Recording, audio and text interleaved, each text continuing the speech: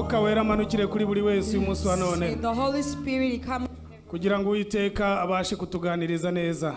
So God can continue talking to us. Kadukaribisha umukozi wayo. We're going to welcome his servant. Tugiye kumva ijambo ry'Imana. We're going to hear the words of God. Turasaba kugira ngo abana niba biteguye bajye mu nyigisho zabo. We'll ask if the kids are ready to go into their teachings. Abana bajye mu nyigisho zabo hariya mu kiriya cyumba. Kids, go to your room. Ubwo rero tugiye gukaribisha umukozi w'Imana. We're going to welcome the servant of God. Umukozi w'Imana ari tugeze ijambo ry'Imana uyu munsi wa none. Servant who is going to feed us the word of God. Ni Pastor Vyamungu Rukata. It is our pastor Vyamungu Rukata. Kubw'ibyo dutege amatwi twese twumve. For that, let's all open our ears and hear iby'Imana yanyujije muri we. What God passed through him. Karibu umukozi w'Imana. Welcome, servant of God.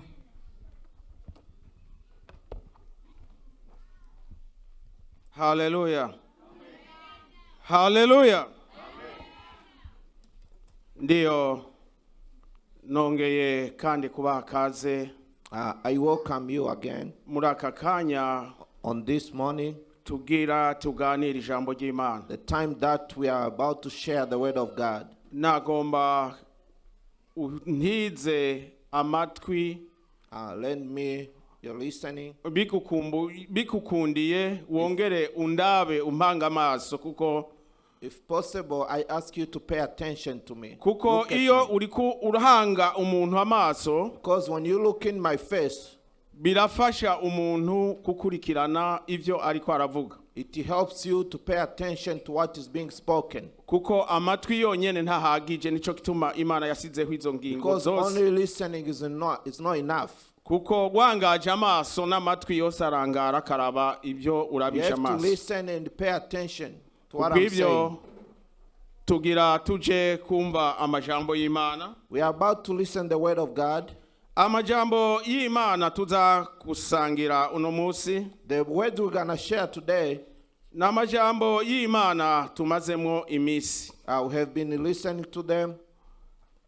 Mu misi iheze In the past time, twamaze imisi twumva ibijanye n'akakiza. we have been listening to salvation.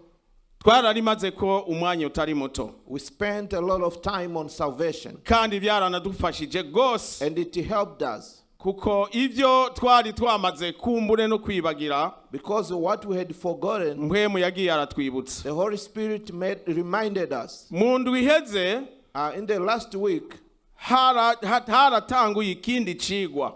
we opened a new chapter of teaching.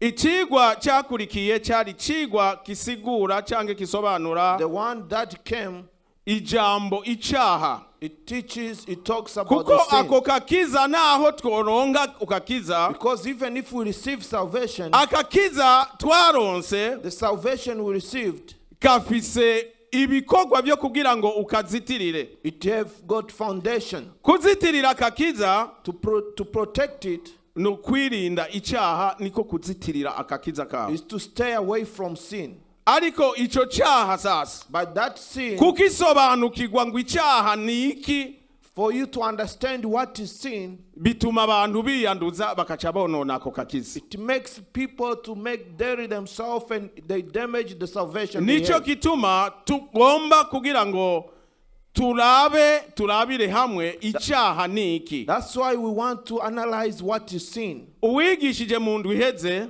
The last preacher, yaratwigishije ku cyaha, he taught on sin atwigisha kandi n'ingaruka yacu. and its consequences. Niko bimeze. That is how it is. Icyaha ni kibi, Sin is bad kifise ingaruka mbi cyane. and it have deadly consequences. Nico kituma That's why Kristo Yesu agira aze mu isi, before Jesus came, nta kindi yaraziriye. he came for that. Yari yabonye ububi bw'icyaha He had seen the dangers of sin n'uburyo cyari cyayishe abari mu isi and bapfa how it rubi. was hidden to people in the earth. Ava mu ijuru He came from heaven afise intumbero gusa yo kukuraho icyaha. with the purpose to end sin. Yesu amaze kukuraho icyaha, When he came to end, after ending sin, ibintu byatanguriye muri zero. things started from zero. Ico gihe abantu bose Yesu apfuye ku musaraba. After the cross, Habaye akacerere there was a silence kuko byose byari birangiye because byose. it was the end of everything. Ibyo ubona uno munsi The thing you see today, nivyo watanguye bushasha. it's what you started. It's a new chapter you started. Ntibyariho Yesu yakuye It byose. wasn't there before Jesus. Hallelujah. Amen. Reka tuje mu kusoma ijambo ry'Imana. Let's go and read the word of God. Ijambo ry'Imana tuza The kusoma word we're going to read, turabe muri Yohana wa mbere. in the First John, Yohana wa mbere ibice ni katatu. First John chapter 3. Tusomegwe ijya mirongo uhere kuwa kane Let's read line ugeze 4. kuwa gatandatu. Iyo mirongo itatu To line niyo 6. tuza kuraba uburyo tuyiga muri detail. That's how we're going to look at how we can learn them in detail.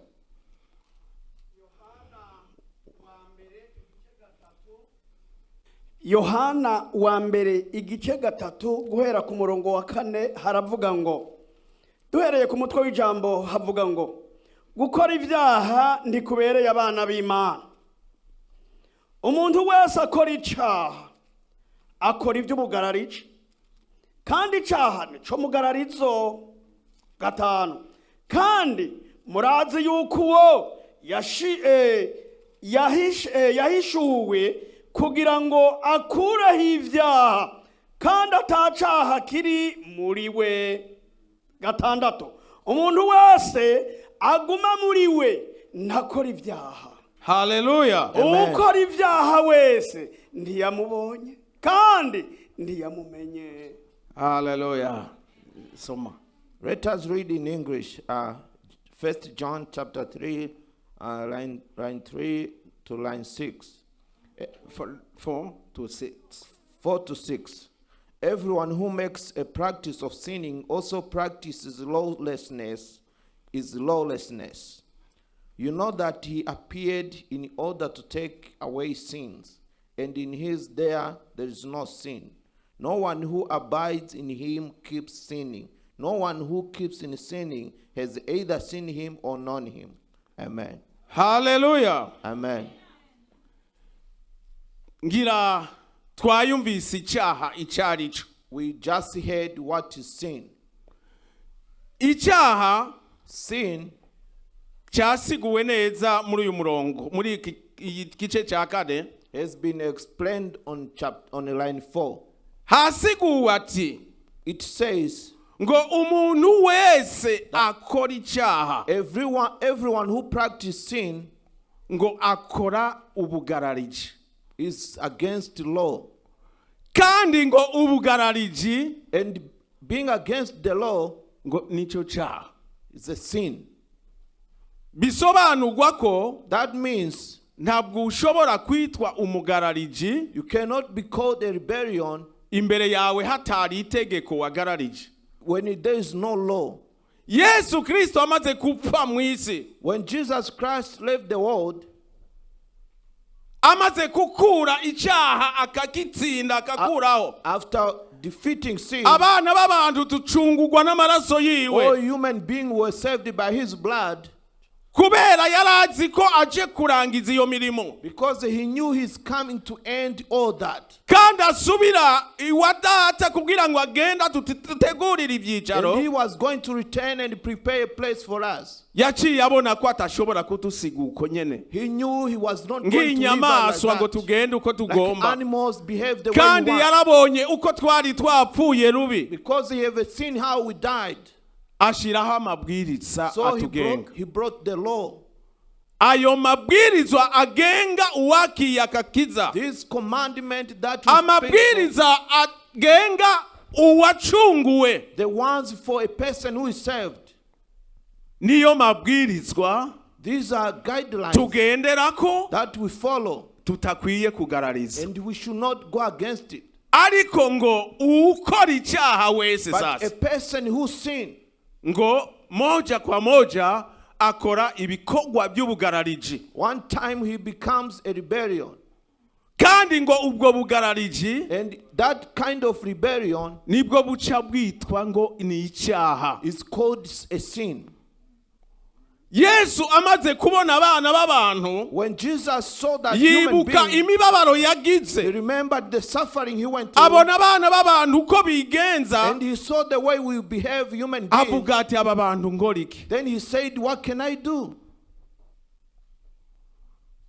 Avuga ati ngo reka Then he said, let me, byose byererane, let it be white, let it be clean. ariko hari umunsi, But there is a day. hari umunsi bakunda uri imbere There yacu. is a day that is in front of us. Ndiko ndasoma ijambo ry'Imana, When I'm reading the word of God, hari ijambo ryanteye ubwoba there cyane. is a word that is scared me. Kuba mu ishengero To be in a church, tuzi ngo twarakijijwe knowing that we are kandi tukorera Imana uko bwira nuko serving bukeye, God day and night. tukakora imirimo yose uko We bikwiye, do all the works in the church, in the house ariko of God. Imana akaturaba akihorera, But when God sees her, he just remains silent. ariko arindiriye uwo munsi, But he's waiting for that avuga day. ati hari umunsi, The day, hari umunsi bene the data. day is coming. There is a day. Reka tusome uwo munsi Let us read about this day. uri kubwa abakora icyaha The day for the people who commit kandi sin. bakora icyaha biyitirira ko arabakijijwe They kandi commit arabimana, sin calling themselves Christians, born again, saving people. kandi ibikorwa byabo And their works, urabishije amaso birubaka umurimo w'Imana. their works serve in the house of God. None n'umurimo w'Imana ko mva ngaha ngaja muri ayo wakuvuga When ubutumwa, I live here, I go to Iowa to preach. mukankontera umuduga nkagenda, You hire for me a rental car. mukampa n'ico ndira mu nzira. You give me pocket money to eat. None ibyo bikorwa mwakoze All that works you do, ntibyakoze umurimo w'Imana? is it not serving God? Ariko Imana ivuga ati ngo ibyo byose But God sees all that and ngo says, urabikora yirabira you gusa, do it and I kuko see it, I observe it. yarahejeje, yaracunguwe, yaraje kucungura abo mu isi, Because he already came to serve people in this world acashiraho amabwiriza and put orders and ntarengwa the laws to follow, tutakwiye kugarariza, the laws that we should kuko iyo not go against. tugararije amabwirizwa If we y'uhoraho go against those laws, tuba tukoze icyaha. we commit sin. Reka tusome Let us read. uwo munsi navuze, hari umunsi bakundwa. There is a day. Reka uwo munsi Let us read about that day tusome muri Matayo. in the book of Matthew. Hari umunsi, There is a day. Matayo ndwi, Matthew, tusomera imirongo Matthew 21 chapter 7. kugeza 23 gusa. Matthew chapter 7. Yes, Matayo. Matthew chapter 7, 21 to 23. haravuga ngo uburyarya siko gutungana, umuntu wese amvumereza ati mwami mwami si wazokwinjira mu bwami bwo mu ijuru atari gukora ibyo data uwo mu ijuru agomba.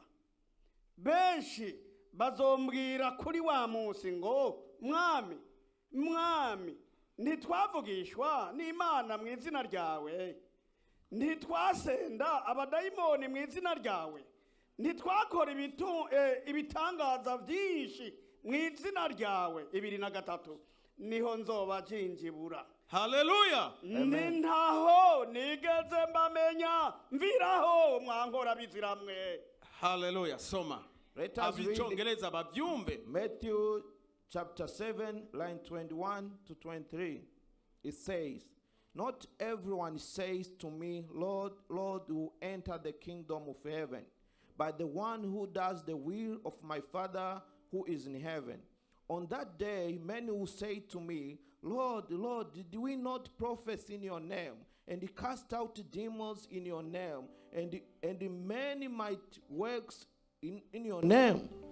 And then he will declare to them, I never knew you. Depart from me, you workers of lawlessness. Amen. Hallelujah. Yesu Kristo amaze kucungura abo mu isi, After Jesus saved the people from this amaze earth, kurangiza imirimo yose yamuzanye after completing his mission, asubiye mu ijuru kwa data and ku mana returned to heaven, yaratanze raporo he gave out the report. aravuga ko nahejeje umurimo wo gucungura abari And mu he isi said, I completed my kandi assignment. nasizeyo amabwirizwa And yo I kwitonderwa left the laws to be respected and wewe honored. mpa ibyicaro bikwiranye n'abo nacunguye Give me a place for the people whom I saved. ariko ku bw'ikigongwe Kristo Yesu But for forgiveness, Jesus Christ, turamwicishije n'amarira mu ijuru we are making him cry. isaha y'Imana niko twumva ngo iri hafi The day, the time of God is near. Yesu Kristo niwe aguma arindiriza se ngo data hinge katoya kumbure Jesus is the one who keeps postponing the day. n'uyu avugwa kumbure ni wewe nanje Maybe the one being spoken is you or is me. Yesu aratukunda cyane Jesus loves us. haleluya Amen. Yesu He aratukunda loves cyane us. ariko But iri jambo Yesu Kristo yavuze the word that he said, nubwo muriko murakora even if you are working, abona ko ntasize urwo rwandiko he saw that without leaving this writing ndababwira ati to tell you si wese ampamagara ngo mwami mwami that it's not everyone who calls Lord, Lord, ngo azoyinjira cyange kubona ubwo who bwami bw'ijuru enter the bwa data heaven or see the kingdom.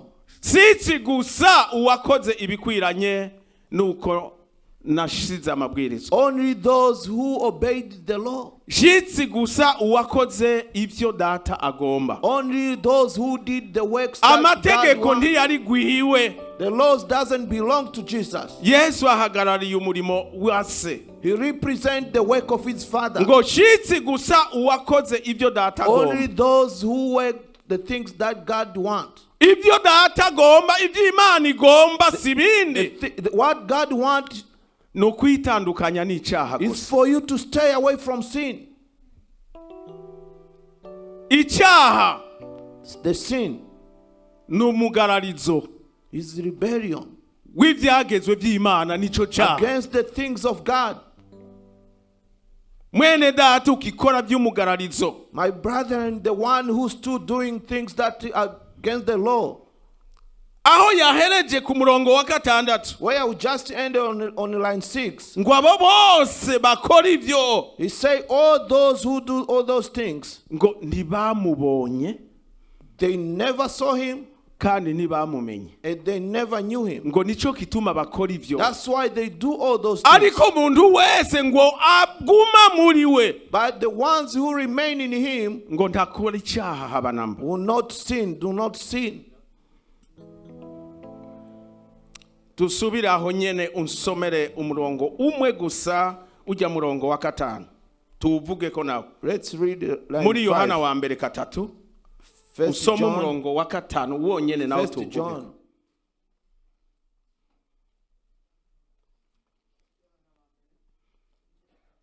umurongo wa gatanu gusa First John chapter 3 line 5. Yohana wa mbere 3:5 haravuga ngo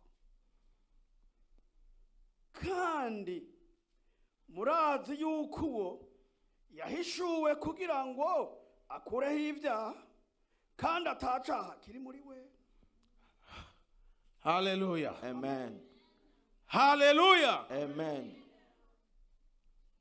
ngira ibi byanditse kuri uyu murongo What is written on this line, nico kituma kumbure ku iri jambo yavuze that's why this word, aha hantu twavuye muri Matayo the word in Matthew kuri 23 on line 23, avuga ati uwo munsi that day abantu bazoba bariko baraboroga when people will be crying, umwe wese adondagura imirimo yakoze mu rusengero everyone putting down the ngo words that mwami he did, mwami and calling out, Lord, se Lord, numvise izina ryanje please call my name. uribuka ingene nakiza Remember abagwaye how I saved the people who were uribuka sick. ingene nakora iki niki Remember niki all the works that I did in the church.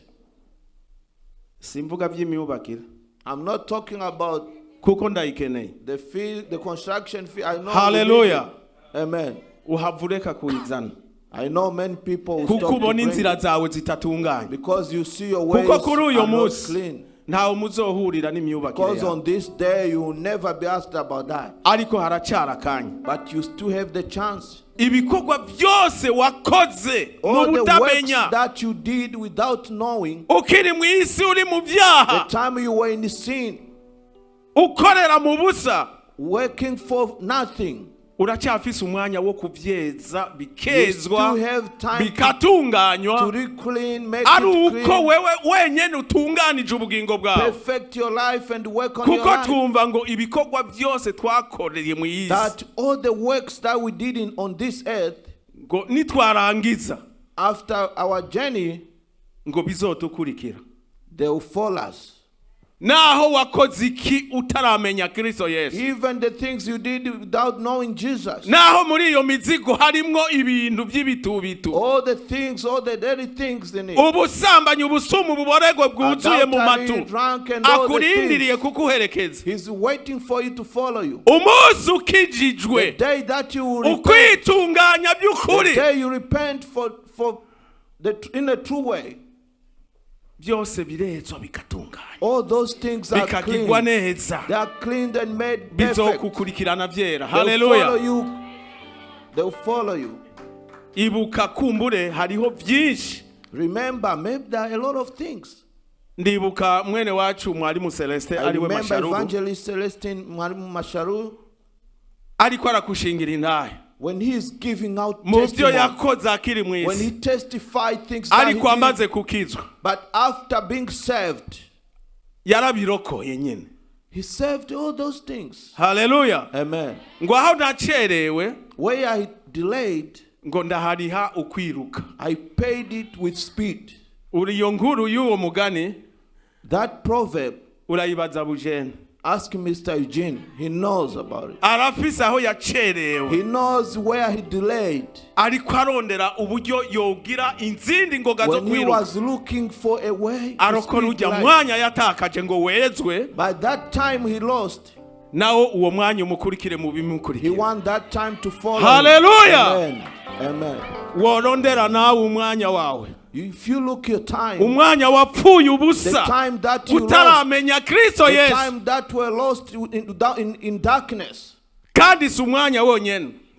that's not only time. Hariho n'abagenzi mwagendanye, You have friends you walked with. wobona ibyiza Kristo yakukoreye When you see the goodness of Jesus, ukabibabwira nabo and you ukabarondera talk to them, tell them mu about it. bikorwa byiza bizokukurikira nibakizwa. In the works that will follow you when they repent, Hari abazokurikirwa n'abantu inyuma, some will follow you. ngujya ko agiye abandi bagenda Some inyuma, will hari follow imizigo you. gusa, They follow inyuma yiwe ko hari abantu. And some will see people following them. Haleluya. Amen. Uwabwirijwe na Rukata, If you were taught by Pastor Rukata, ukizera ijambo ry'Imana and you mukuri. believe the word of God, Haleluya. amen. Nzogenda ndenguka mbona ikijiji cyawe ngujya I'll go asana naka. and I see you Hallelujah. following. Amen. Rondera kweza ibikorwa byawe Look the way to clean your kugira ngo works on this earth, uzojane n'imirimo byiza so that you iguherekeza. go with your works when you leave this world. Ariko Yesu acavuga uti But Jesus is saying ngo kuri uwo munsi bariko barirata ibikorwa imbere yanje n'imbere ya Data, that on that day, kandi nivyo it's true, ari imbere ya Se. in front Kristo of his azoba mu Father, buryo, he will be on the right side, Imana izoba iri uku niwamwereka. God will be standing there. Ngo abandi baracyari ku murongo ko batarashika, abo ko basigaye And he keeps saying others are coming. bazoza kwisigura kuri Kristo People Yesu, will come to explain themselves in front of ntibisigura ku Jesus. Mana. They want to go in front of God. Kristo niwe akuzi kuko Only niwe yaje, Jesus knows you because he came niwe for you. yadirinze business Because he nawe represented and byo created kukucunguza a amaraso relationship to yiwe. save you with his blood. Kurikira amabwirizwa Follow sasa, the laws akwandike mu kitabo so cy'ubugingo, that your name is written in kuko the book. azoba yicaye iburyo kwa Because you Data on the right side of afise his igitabo Father. ariko araraba And you amazina. have a book just checking in the book. Uzobona ab'inyuma yawe bava ku murongo You babandanya, see people in your niho bed being called. ahejeje, And after that, niho bazotangura kwivuga amazina. people will start to say in their names. Aho sinovuga mfano w'izina, I can't say any kuko name. numwanya mubi cyane, Because it's a bad umwanya w'amagogwa wa ore. It's a time of suffering. Haraho no kwihenda ngo ndiko ndavuga I don't mfano, want to mention mvuga someone in izina an ryawe mbe example. ndakwishe Mention your rubi. name and you make, Raba ingene urokora izina ryawe, find a way to save your andikisha name. izina ryawe mu kitabo Make your cy'ubugingo. book be your name Hunga be right in icyaha. the book. Run away from sin. Aha twasomye kuri gatanu Where we just read on line 5. havuze ati ngo kandi nguyo yahishuwe And he said the one who appeared. ngo aze akure iki, subiramo mwarimu. Bwana He, aho kuri gatanu kandi on 5. murazi yuko uwo yahishuwe kugira ngo akureho ibyaha kandi acacaha kiri muri we. He appeared to take away sin and no sin in him. haleluya Amen. haleluya. Amen. Sinzi ko wumva icaha ngo niki. I don't know if you understanding what you Ni see. nguko no kubwira mu rurimi rusobanuka It's neza like if I'm explaining it in a language that you ngo hear. kandi uyo yahishuwe And he said the one who appeared ngo azakura matrash to come and take muri away, NBA agenda akore take ubukrina. the cash and go and take all the trash. Icyaha n'ubucafu Sin bwari is mu isi bwabojeje isi bunuka. sin is a dead Umuntu that w'icubahiro damage. nka Yesu Kristo Someone like Jesus Christ ngo uyo yahishuwe ngo aze akureho to ibyaha. come and take away all sin Naha muri mwebwe among yourself here. harimo abantu mwobwirwa ngo muze gukora mu kukura matrash There are imicafu. people who can be told to go and take away trash. Uno munsi wovuga ati nakaragayana And you kwe say, I can't do that. nakaragayana. And you say, this Ariko person, Kristo Yesu he undermined me. yarakinezererewe ico But gikorwa. Jesus Christ was proud to do that. Ngo aze akura imyanda He came umucafu. to take all the trash from this world. Ngo twari tupfuye nabi. We were bad people. Tushunguruke turabe turangize. Tusomere Petro wa mbere 1 Peter ikice ni kabiri. 1 Peter chapter 2, Usome imirongo ibiri na kane n'ibiri na gatanu. 24 and 25. Wumve mission niyo nyene yo kukura We trash. want to hear the mission to take away sin. Aravuga ngo ubwiwe yikoreye ibyaha byacu mu mubiri wiwe abambwa ku giti kugira ngo dupfuye ku byaha tubeho kukugororoka. Inguma ziwe nizo zabakijije kuko mwazimiye nk'intama ariko noneho mugarutse ku mwungere ubugingo bwanyu ari wenyene abujejwe. Amena. Hallelujah. Amen. Soma icyongereza. Let us read 1 Peter chapter 2, line 24 to 25. He himself bore our sin in his body on the tree, that we might die to sin and live to righteousness. By his wounds you have been healed, for you were straying like sheep, but you have now returned to the shepherd and the overseer of the souls. Amen. Hallelujah. Ndacyasubira ku trash. I'm still on this same dirty things. Ngo yikoreye ibyaha byose. That he carried all our sin Ngo mu mubiri wiwe n'ibindi aramira. in his body. None icyaco injira mu mubiri wiwe gute atakimizi. How can sin enter his body without Uzundeme swallowing? kitrashe ivirirana ibintu bijojota binuka. Imagine me carrying a trash. Ibindi bishungurukira ku All the mpuzu. things will Ibindi spread no on mu me. kanwa. Some will even enter in my mouth and I swallow. Ariko wewe byaramuhimbaye And he was proud to do that. kuko yabishikanyaho ikinogo cha trash Because kiri. he took it to the trash bowl. Byose asukamwo. And he threw it inside. Bihereramwo. He threw everything. Hariho ijambo ryanezereje cyane. There is a word that Iri rirangiza ry'ibiri kajya kahereza the last line, ngo misiyo yiwe that his mission, 25 soma ujya murongo uhereza niyo harimo ako kajambo. Igice cya kabiri ku murongo 25 haravuga ngo kuri 25 kuko mwari mwarazimiye nk'intama ariko noneho mugarutse ku mwungere w'ubugingo bwanyu. Hallelujah. Ari wenyine abujejwe Ngo twari twapfuye, that were dead people, kandi yaje kugira ngo and he came ngo tupfe ku by'ibyaha, so that we die for sin, ariko ngo tukire ku bw'ubugingo. and he healed in our souls. Hanyuma wewe acha tubera umwungere Then he became the overseer, ngo w'ubugingo the bwacu. shepherd of our souls.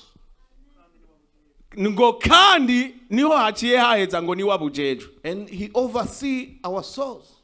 Reka mbazi kibazo abamaze abantu bigeze kuragira inka cyangwa imbene, If I may kuko ibyo ask nibyo you, bitungwa bikunda if I may kuragira. ask people who wants, Iyo utumbereje inka ku mugezi cyangwa imbene kurisha, if you take your goat iva mu or ruhongo your cows rigomba kuja kona uru for ruhande, feeding, umwungere akora iki? and the one tried to escape the line, Arakubakuba kwanza cyambere, what is the job ja of the kabiri shepherd? igisubira inshuro ya He katatu tries to bring them in the line. aramashura. When you go the Ma- third time, you just hit it. We wamashuwe. The one Hallelujah. who hit. Amen. Uru n'urugendo rukomeye cyane. This is a difficult journey. Ibyo ubona nk'amakuba The wewe, things you see like uraraba trouble, neza ko atari umwungere wawe. maybe it's your shepherd trying to Amashura bring you in the kugira ngo line. ugende neza. Maybe it's your shepherd trying to bring you in the line. Iyi mashu ikigomba kwinjira hagati mu If you are hit, you try to run in kugira the ngo middle ntasubire. so that you don't do it again. Aho ndiwo injira mu mukuku kugira ngo ntasubire yindi. Be careful not to Hallelujah. betray so that he doesn't hit. Injira mu mukuku hagati, ikitungwa kitafise ubwenge. Enter in the middle. Iyo kikubiswe When n'umwungere, you are hit by your shepherd, mbere yabujije agira ngo nibinanga, asubiza buke he buke. tried to bring you back in Asubiza the buke line, buke. little by little. Ariko iyo kishishikaye, But when you keep on umwungere trying to arakubita. escape, you hit it. None umwungere wacu ninde? Ni Yesu Who Kristo. is our shepherd? Is Jesus Christ. Ariko ahari ubukiriro, But where there is ugomba safety, kuhunga inkoni y'umwungere. if you want to run away from that, Injira hagati mu mukuku. enter in the middle. Injira mu bandi. Enter in the middle Yaranje within other neza. people. Put yourself in order. Hallelujah. Amen. Reka ndakubwire tuce turangiriza hano. Let me tell you, then we finish. Abagararije abagize nabi ibyaha barabirengera. Those who went against the law, Tuce turangiriza ku kumenya ingaruka y'icyaha. we end in knowing the consequences of sin. Atusomere mu kuharura, aho niyo turangirije. In the book of Numbers, Reka nce nugara Bibiliya kugira ngo bizirike neza we ko. read in the book of Numbers, Ya. Tusome mu kuharura Numbers 21. 21.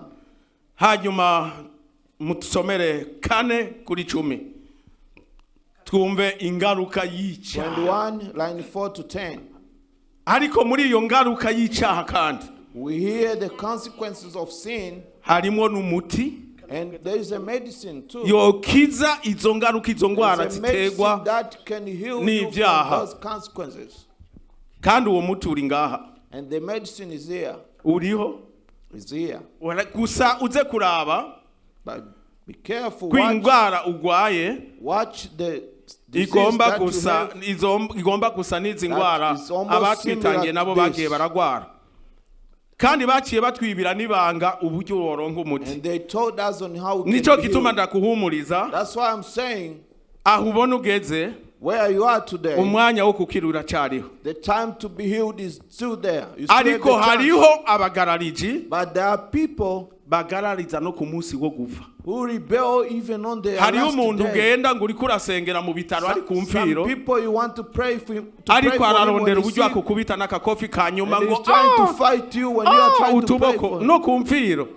Even on the niko bed, abantu on b'iki the gihe hospital bed, no ku mpira ugaraguruku even on the hospital ariko bed, ararasa ngo nawe ariko aragenda he is trying to fight. inyuma y'iminota ngo wa muntu yacikanye And ko after a few yambaye minutes, n'udukofi tubiri they say he died. niko nawe kumbure byo kumerera. Be careful. Soma guharura igice 21 duhereye ku murongo wa 4 kugeza kuri 10 haravuga ngo bavuduka ku musozi Hori bajana inzira ija ku kiyaga gitukura kugira ngo bagendane urubibe rw'igihugu ca Edomu. Abantu bihebuzwa cyane n'urwo rugendo. 5 batonganya Imana na Mose bati mwadukuriye iki muri Egiputa mukatuzana gupfira muri ubugaragwa ko atabyo kurya tuharonka atana amazi ariho kandi tubihiwe n'ibi byo kurya bitagira ikimazi. 6 maze Uhoraho aterera abantu inzoka z'ubumara buturira zirabakomora abantu benshi bo mu Bisirayeli barapfa. 7 abantu baza kuri Mose bati twakoze icaha kuko twatonganije Uhoraho nawe udusabire kuhoraho adukure mwizi nzoka. Nuko Mose arabasabira. 8 maze Uhoraho abarira Mose ati cura inzoka isa nizo uyimanike. Kuri 8 maze Uhoraho abarira Mose ati cura inzoka isa nizo uyimanike ku giti c'intumba maze uwakomowe wese niyayiraba arakira. 9 nuko Mose acura inzoka mu miringa ayimanika ku giti c'intumba maze uwo inzoka yariye wese yaraba iyo nzoka y'umuringa agakira. 10 Abisirayeli barahaguruka basagaza ahitwa Eboti. Amena. Hallelujah. Amen. Bosco soma kubwo abana bacu bumve mu Cyongereza ariko isiguro mva kuvuga mu kwiruka ndagerageza. Amen. Let us read the book of Numbers, chapter 21, line 4 to 10. From Mount Hor they set out by the way to Red Sea to go around the land of Edom. And the people became impatient on the way.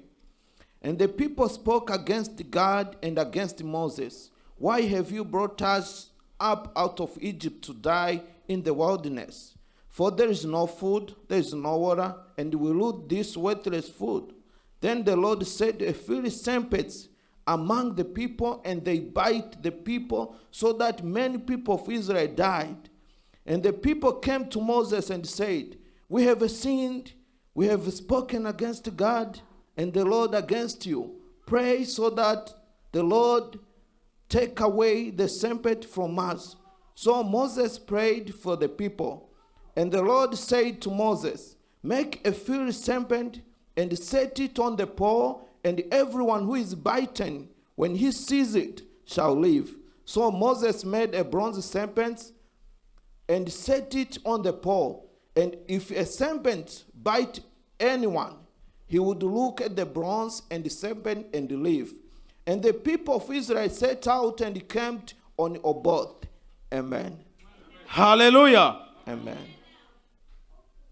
Twavuze ati icyaha ni kibi. We said sin is bad. Aba n'abatwitangiye. These are the people who came before us. Kandi bari bafise amabwirizwa bagendera. And they had commandment orders to follow. Urugendo rubabera rurerure. They had a long journey. Rurerure gose baraduhigwa n'urugendo. It was a long journey. They were tired. bari muri urwo rugendo bamaze kuruha. During that journey, after they got tired, Mose nimba yari yagiye I don't know where Moses went. kwihererana kumbure I don't know if he went kujya to pray. umurongozi aca ahantu akihererana The way n'Imana, you go to pray somewhere, ariko aravuga ati uru rugendo mana trying to pray ko for the twahuye people. n'intambara When he nyinshi, was telling God about the ariko journey, arabategeka ati and he ordered them, hariho inzira Mose yababwiye bakwiye bagende he said there is bakebereze. a way that was created by Moses. Bafashe urwo rugendo If they follow that journey, barabandanya bariko baragenda they continue to go. muri bo kubera imiruho Among y'urugendo. them, because of being tired, Bamwe batangura kwidodomba sasa they no kuvuga started ati to complain ibi about the bintu journey, saying these things, we are tired about it. batangura kwidodombera They Imana, started to complain against bidodombera God, na Mose and they started complaining against kubera Moses bamaze kuruha, because they were so tired. They bamaze were so weary. kuduhigwa n'ibiryo ubwoko Imana yabaha, They were tired of the kuko food Imana yagiye irabaha because ibiryo God always gave them food. bitandukanye n'ibyo barya hariya Different yo bari food bari from mu what they used gihugu to eat in c'ubuja. Egypt. Batangura kwibuka za ndya They zo mu started to buja. remember the food in Egypt. Natwe ishengero uno munsi And they asked the church today, uru rugendo ni rurerure, this is a long journey. rufise isano n'urugendo rw'abana ba It is Israeli. compared to the journey of Turi mu Israelis when they rugendo go to rukomeye. Israel. It's a difficult journey. Iminsi yacu yo kurangiza uru rugendo, Our days to end this journey, iyo ugize uku when you look, atari ivyanditswe gusa bikubwira ngo ari hafi, if it's not the written things that says he's near, hariya imbere ubona ibipfungu gusa by'amasino yo muri Ayowa gusa. you keep seeing the journey is a long journey. Ucuvuga turashika kweli, You start to say, when do we kandi get there? uyatuyobora iyo tugenda. And the person guiding us, Nshangirira ikigongwe mutama wacu Pastor Bucumi, I feel sorry for our pastor Chumi. niwe ari imbere yacu aguma avuga Because tukebere he's zino ahead as far as he's ngo showing tuce uru us. He ruhande, says, let's go this way. ngo twarushe n'ibi bintu He said, byabo. we are tired of all these Sinzi things. iyo aba batama bariko We baratutwara don't know where these hariya mu people isi taking nukuri us. twari tu enjoy We used neza, to enjoy life. ariko amategeko But now they aragwiriye. have too many laws.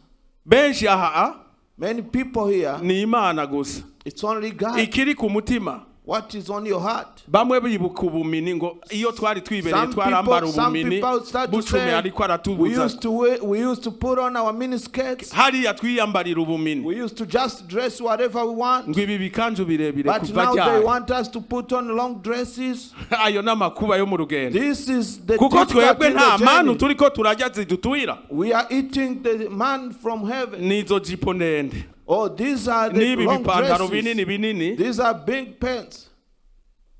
Abandi bigombera ibitabuye, ipantaro zitabuye Some imbere they n'inyuma want n'inyuma. pants that are cut, have cut Nizo on za the manu knees. twebwe tuhuye nazo muri These uru are rugendo what we turimo. do. Hari n'abandi bibuka Some remember.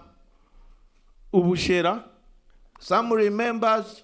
inyota yatwishe They mu start rugendo to abaporoti, umuntu yakubita ubushera akaca yumva ngo ibintu Some biri sawa. start to remember the drinks they used to eat, drinking. Nibyo aba Israeli bayibuka, natwebwe twibuka ibyo Those twaciyemo. are the things we remember. Si amakosa kuvuga ibyo It's twahevye. not a problem to say what we left.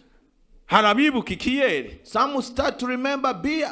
hari abibuka kwisangiza abagore bose Some bari they hano remember to bakabagwiwe, take all their women, niko byari play with them, bibabereye. enjoy with them. Ariko ibyo byose babihevye kubera uburemere bw'urugendo. But we left all that because of N'abagore the uko journey. nyene hari abagomba kwihariza abagabo Some bose bari women hano also want to babegwiye take all the wenyene, men and kandi make them birahimbara themselves. byarabahimbara, And they used to kandi like bariho ababakirimwo And they are still doing the same things. muri uyu musafara wacu. Twebwe On this journey, ntabwo twidodombera ibyo we twariye don't hariya complain about what we did in the past. nk'ibyo Abayisiraheli bariye Like the hariya way bari they muri Egiputa.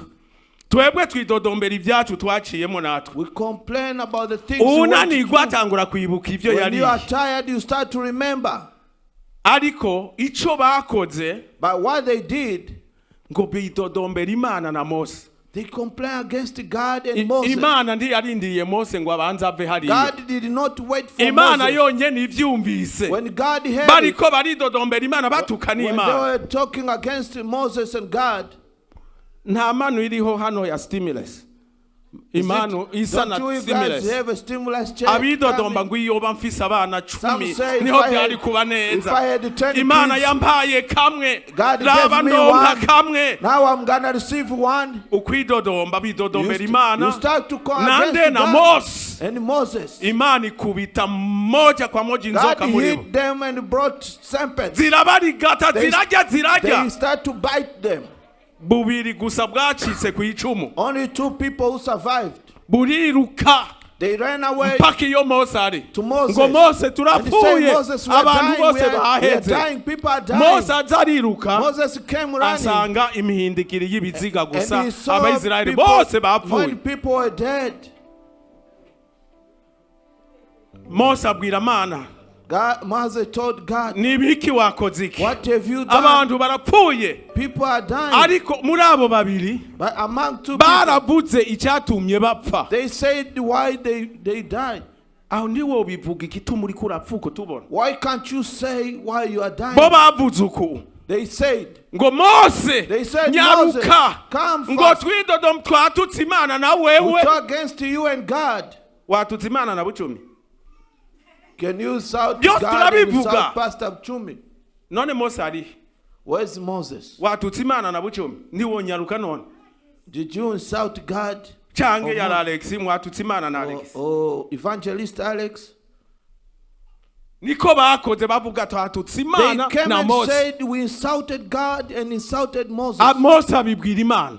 Then Moses Imana told iremera God. ivuga ati basi Then- cura inzoka isa na zijya Then ziko God zirabaje. said, okay, Ucuimanika ku giti make a hagati similar serpent. muri iyo mivyimba. put it on the pole. Ugirirwa ubuntu akavyura amaso. Whoever be able to see it, Nga wa to look wundi on ari ku it, mfiro even the one who is almost to die, ata amaguru when n'amaboko he sees it, yisambirako when he's almost to uza die, kuvyura umutwe whoever akaraba iyo will nzoka raise and see it, ngo arakira. he will be healed. Mose akora ico gikorwa Then Moses did the same. amanitse iyo nzoka. He put the serpent on the pole. Haleluya. Amen. Ngo abahindukiye bariko bagiragira Whoever uko were able to look on it, bariko bararaga people bagende were looking on bacikane. it, trying to, in their last Uwaravye moment, ahuza amaso n'iyo nzoka whoever managed to ngo look on it, yacakira. he will be healed.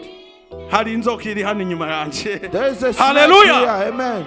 niwarabuka ukaraba If you manage n'akatoya to look gusa on it and look on it, nta kabuza urakira. you will be healed. Nawe nta wundi And no one nta else. bigirwamana tuza We gushimika mu don't rusengero. gonna use creatures here. Inzoka y'umuringi isa The nayo bronze snake we have nuko wagararije amabwirizo ya is for Kristo you. You Yesu, went against the kandi God is tumanika wrong. isa nayo. And we put the Uyo same, nyene mwakengeye, the one you uyo nyene undermine, nakengeye the one you niwe undermine, tumanika hano is the one we kuko put here. isa nayo, Because you look like kandi it. niwaraba Because if you look on it, urakira. you'll be healed. N'aya majambo y'Imana. These are the word I had. Kaze tusenge Imana, tugira tusenge. We're gonna pray. Ndakuhaye kaze, I tufise give ibikorwa you byinshi, time. nta Whoever mwanya wo time. kurandira tuza kuyirirwako. We're gonna pray. We're not gonna waste time. Kaze we wumva ko If you feel like hari igisa you naco have something muri ibyo similar byose twagiye among turadondagura, the things that we told, kumbure wakoze umugararizo maybe you mu rebelled buryo ubu against na buriya God and butandukanye. you went against God. Kaze dusengane, Come, then we pray umwami akucungure so akukize, that God save you. kandi ari hano inzoka God is y'umuringa here, he's ariwe here. Kristo Yesu. Jesus Christ. Uraba wese arakira, Whoever look nta at him kundi will be kuraba healed. uragira intambwe yo kuhaguruka.